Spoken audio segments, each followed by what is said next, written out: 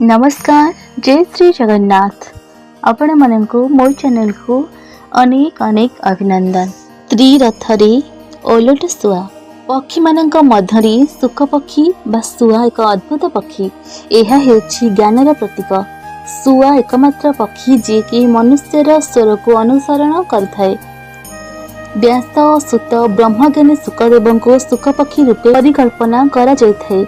शुकदेव का जन्म कहानी जना जाए माता श्रिया देवी गर्भरे संचार हेबा आगरु शुकदेव शुकपक्षी रूपे शिव एवं पार्वती कथोपकथन समस्त ब्रह्मज्ञान प्राप्त हो सारी। आम शास्त्र मानकरे हंस मयूर उल्लुक गरुड़ अरुण आदि पक्षी माने देवा देवी बाहन रूपे परिचित। रामायण गृधराज जटायु संपाति सर्वजन विदित। आम भारतीय संस्कृति सह विभिन्न पक्षी माने कहीं काल जड़ित हो रही।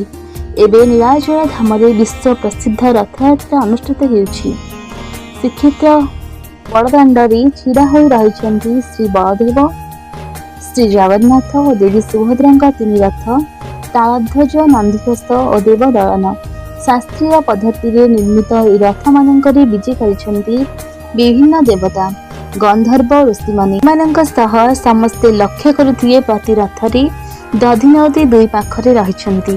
ओलट शुआ भावे परिचित जोड़ी शुआ सेमानंक मुह बेक सम्मुख को न रही पछको मोड़ी होई रहिछि। सेमाने एणु ओलट शुआ नाम रे परिचित। ए शुआंकर निर्दिष्ट नाम रहिछि। बलदेवंक तालध्वज रथर शुआंक नाम श्रद्धा विश्वास। अन्य मतरे सुवर्ण और सुपर्ण। श्री जगन्नाथ नंदीघोष रथरे शुक जुगलंक नाम जीव और परम। देवदलन रथरे एहांक नाम श्रुति और स्मृति। रथ मानकर समस्त अंग तत्वमय। एही शुआ मानक अवस्थिति पछरे मध्य गभीर दार्शनिक तत्व निहित अछि। गवेषक मानक मतरे ए शुक जुगल वेद तत्वमय अटंती। ऋग्वेदरे गोटे मंत्रे गोटे वृक्षरे दुईटी पक्षी निवास करथिबा कहा जायछि। मंत्रटी हेला त्वा सुपर्णा सयुज खया सखाया समानं वृक्षं परिसस्यजातेः तयोरन्य कृतं स्वादुत्यनं अभिचकसिकी। अर्थात चिरसंगी दुईटी पक्षी गोटे वृक्ष उपरे बसिछंती।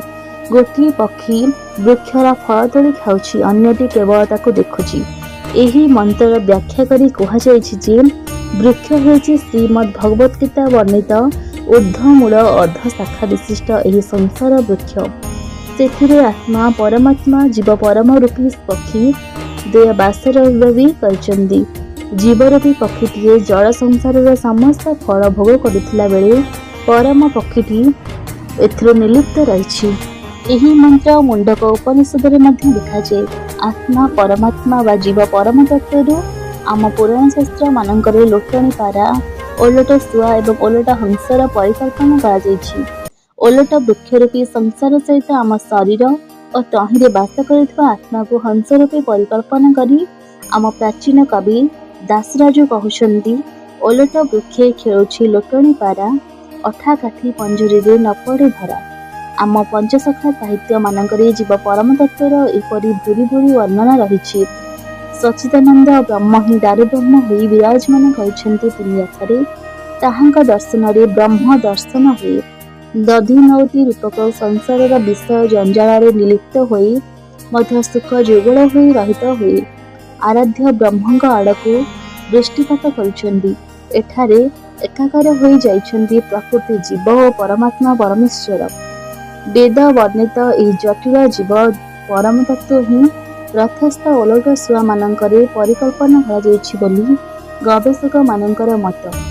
वेद वर्णित ए जटिल तत्व को अतिबड़ी जगन्नाथ दास श्रीमद् भागवतम रे 11 स्कंद 12 अध्याय श्रीकृष्ण उद्धव संवाद रे अति प्रांजल भावे बुझाई दैछंती। एकई वृक्षे हंस दुई बसंती प्रिय भाव वही। एक आरेक न छाड़ती स्वभावे बेनी सखा हंती। समान शक्ति से बहंती बद्ध विमुक्त बेनी गति। अति बड़ी पुणी कहले जीव परम रूपी पक्षी दुही जो वृक्षरे निवास करती से वृक्षरे जेते फल फले ताहाकू एक पक्षी अर्थात जीव बलपूर्वक खाइनी। परम रूपी अन्य पक्षीटी निर्लिप्त निरंजन रूपरे उपवासरे रहे। जेहेतु अन्य पक्षीटीर निर्मल ज्ञान निज पर किछि न देखि से नित्यानंद मध्य थाए। जो पक्षीटी वृक्षर फल खाए अर्थात कामना बासना भोग लालसारे बुड़ी रहे, फलस्वरूप से संसार बंधन बांधि जाए। अज्ञानता हेतु से आउ भल मंद किछि जानि पारे नाही। एहिपरि हेउछि पक्षी द्वयଙ୍କ स्वरूप, एक निर्लिप्त निरंजन परमात्मा एवं अन्यटी बद्धजीव जीवात्मा। जय श्री जगन्नाथ।